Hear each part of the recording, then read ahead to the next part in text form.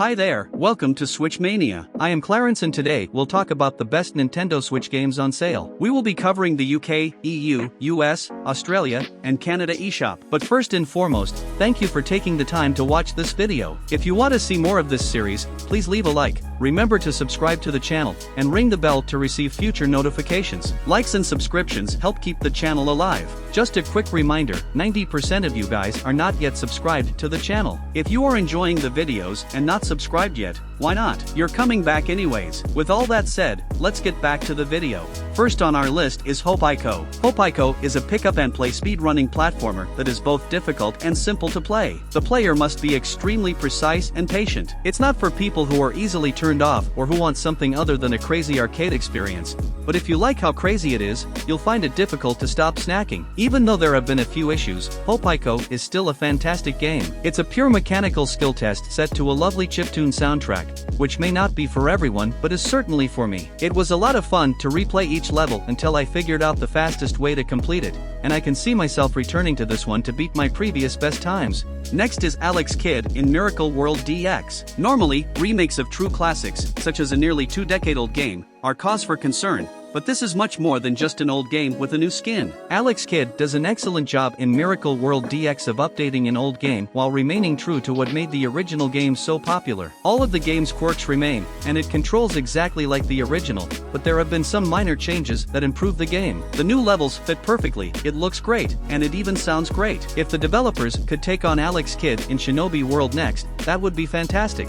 Next up, Sparklite. Sparklite is a fantastic roguelite adventure game that will bring back memories for 2D Zelda fans while not making them feel like they're playing a poor imitation. The game's world is dense with mechanics and story, but it never becomes tedious. Each of the characters is likable and well-rounded, and each stands out. Players will be begging for more by the end, even if the last part of the game is a little rough and has some strange difficulty jumps. Geodia is a world that no one wants to leave at the end, but it's entertaining to return to again and again. A charming roguelike with Zelda-like visuals and a plethora of interesting permanent upgrades. There are a few technical issues that detract from the experience, but Sparklite is still a beautiful location that you should visit. Next is Stranded Sails Explorers of the Cursed Islands. Stranded Sails Explorers of the Cursed Sails is a portable game that works well on the Nintendo Switch. It is a worthy gem in a sea of similar games, taking about 15 hours to complete. It doesn't feel like a grind, and it understands how important it is to allow you to fish or farm when you need a break. Stranded Sails immerses you in an open world as a true explorer, complete with puzzles and gameplay that will challenge many fans. Lemon Bomb Entertainment's first game for the Nintendo Switch is excellent, and it serves as a prelude to Animal Crossing: New Horizons.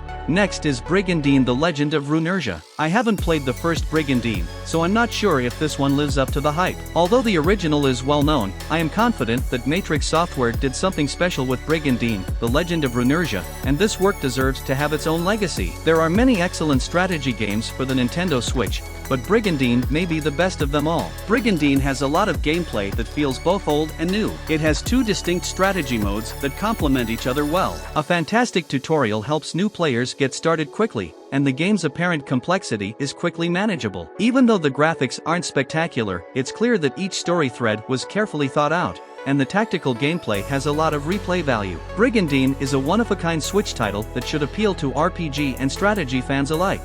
Next up, Cyber Protocol. Even though the level layouts vary greatly, you can't help but feel like you're replaying the same level. There aren't many checkpoints in some of these levels, and it's easy to die, so it's not uncommon to have to repeat the same section several times before you get the timing and pattern right. However, that may be of interest to some. Pac-Man is one of the most addictive and popular games of all time, so even though Cyber Protocol isn't an exact copy, it's a good place to start if you're going to copy from anywhere. Cyber Protocol is one of the few indie games that can get so much mileage out of such a simple concept, and it's a lot of fun. Next is The Wonderful 101 Remastered. The Wonderful 101 Remastered is a fantastic action game that you should definitely check out if you missed it on Wii U. Because of how the battles work, it stands out and is almost a must-have for action game fans. Even casual fans looking for a big, explosive adventure will find plenty to enjoy here. And if there's one game that more people should play, it's this one. The Wonderful 101 isn't for everyone, and while the Wii U didn't help it much, I believe its success at the time demonstrated that. But, as time passes, tastes change, word spreads, and appreciation grows. So perhaps Not For Everyone includes at least a few more people this time around with The Wonderful 101 Remastered.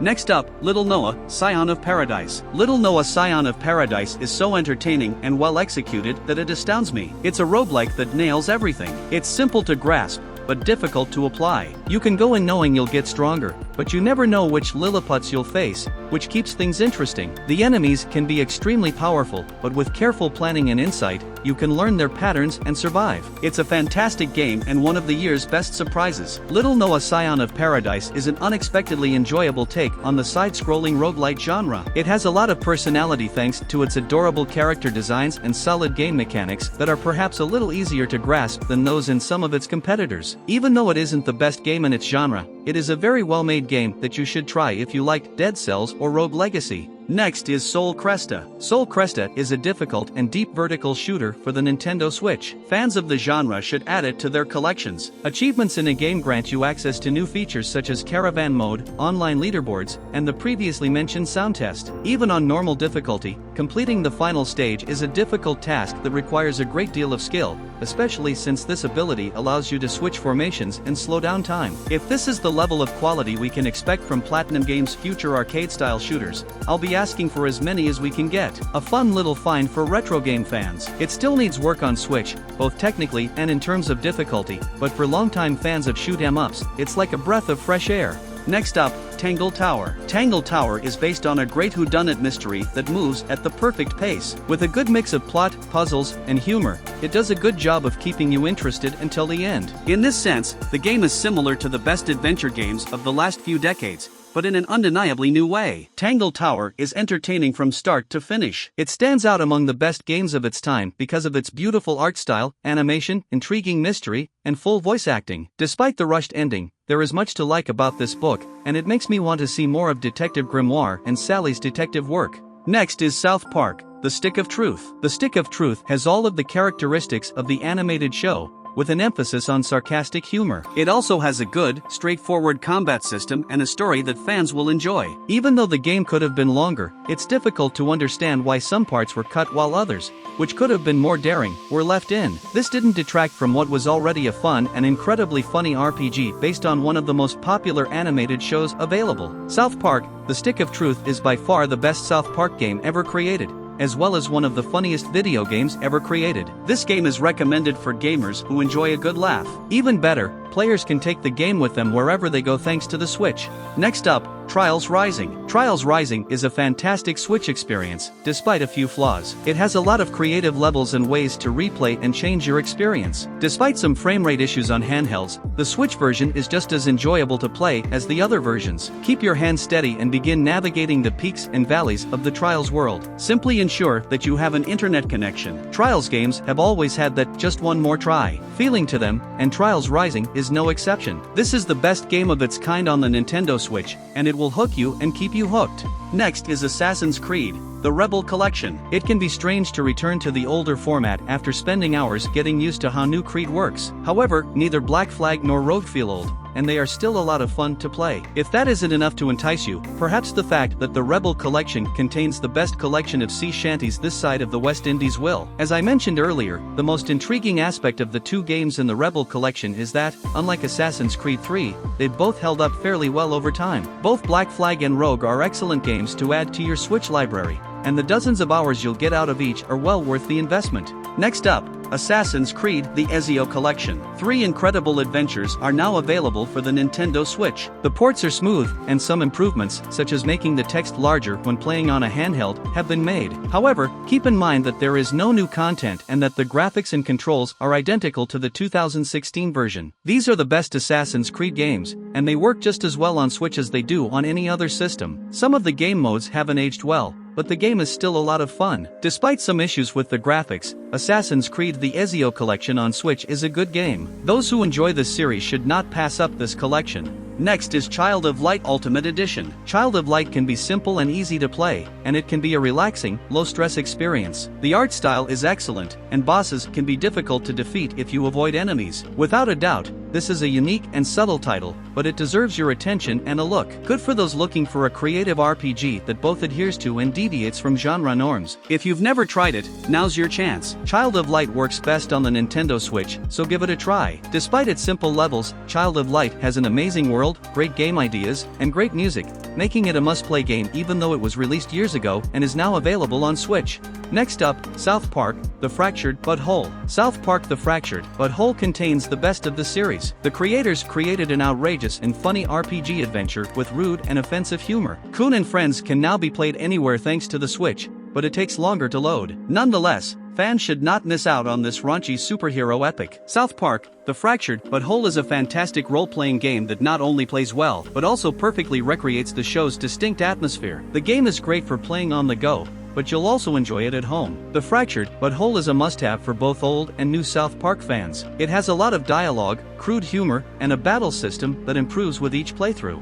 Next up, Immortals: Fenyx Rising. Breath of the Wild will always be compared to Immortals: Fenyx Rising, but it fights back admirably. What distinguishes Immortals from Nintendo's best Zelda game is not so much what it shares as what it does differently. It has a unique way of telling stories, a fantastic way of progressing, and a world you'll never want to leave. Immortals isn't the perfect game, but it's pretty darn close. Immortals: Fenyx Rising isn't as polished as its obvious inspiration, The Legend of Zelda: Breath of the Wild, but it stands out thanks to a great and funny use of Greek mythology, a fast combat system that allows Fenyx to level up quickly, and a wide variety of unique weapons and armor to collect, which makes exploring fun. If you enjoyed Breath of the Wild, you'd be insane not to try Immortals: Fenyx Rising. Next is Valiant Hearts: The Great War. Valiant Hearts: The Great War does more than just walk you through the various battles of World War I. Instead, it tells the story of a French family to help you understand the larger historical context. This personal story perfectly frames the game's documentary-style presentation. Despite a few errors in areas where it could have been improved, it is a beautiful and well-made game that provides a unique look into one of the deadliest wars in human history. Valiant Hearts: The Great War is a one-of-a-kind video game created with a rare and noble goal in mind: to use video games to recreate, even through fiction, a complex historical context such as the First World War in order to cultivate and preserve historical and personal memory. Next up, Scott Pilgrim vs. the World: The Game, Complete Edition. Scott Pilgrim vs. the World: The Game is best described as enthusiastic, as almost every corner of its surreal cartoon version of Toronto has a well-designed video game fight or a cute detail to look for. Scott Pilgrim vs. the World: The Game, Complete Edition isn't strictly linear because you can grind on old levels and return to shops for minor upgrades, but it's still a focused and feisty beat-em-up that has stood the test of time. This game is still a good time in Toronto if you want to have a good time. Next is Super Mega Baseball 3. Pitching mechanics have improved, stealing bases has improved significantly, and the game is running smoothly. I only had a few issues when playing online, but that could have been due to my internet connection. Super Mega Baseball 3 is a great place to start if you want to play a great baseball game on the Switch. There is also a free demo that allows you to play the online pennant race mode, exhibition games, and customize your player. Super Mega Baseball 3 is a fun, arcade-style baseball game that is simple to learn and provides plenty of laughs due to its absurdity. Next is Lost in Random. Lost in Random has a beautiful world, with art direction reminiscent of the golden age of stop-motion animation and a well-told story. Add to that a well-thought-out and well-executed combat system with some redundancies and ideas that aren't fully utilized. However, Zoink provides us with a creepy and interesting story that never gets old and is well worth playing. Lost in Random does an excellent job of telling a modern coming-of-age dark fairy tale that players of all ages can appreciate. The characters and world's design complements the crazy and clever writing. The game's gameplay is also unique and enjoyable, and while the combat lacks depth and difficulty, it fits with the story. Next up, Faye. Faye's story is so moving because it has such depth, despite the fact that it appears simple and even predictable at first glance. I could see every twist coming a mile away, but I never thought it made the story worse. Faye is more akin to a fairy tale, the kind of story that is endearing because it is simple and familiar but has a lot to say to anyone willing to dig deeper. It's a huge success in this regard. Faye is a beautiful, ambitious game that combines many well-known concepts to create a fun, thought-provoking experience. Despite the fact that the game can be frustrating at times, it allows you to learn and grow at your own pace. As a result, it is a one-of-a-kind package. Next is Need for Speed Hot Pursuit Remastered. Even though Need for Speed Hot Pursuit was released a decade ago, it remains an exciting arcade racer. The idea of cops and racers playing cat and mouse is still entertaining, and Criterion excels at this type of nail-biting racing. In terms of remasters, it's pretty basic, and those who have seen it all before won't find much to do here. but those who have never driven on these streets before will have a good time. The Need for Speed series isn't as popular as it once was, but it's great to see one of the series' final great games come to Nintendo Switch. Despite being 10 years old, this game can easily compete with newer ones on the console.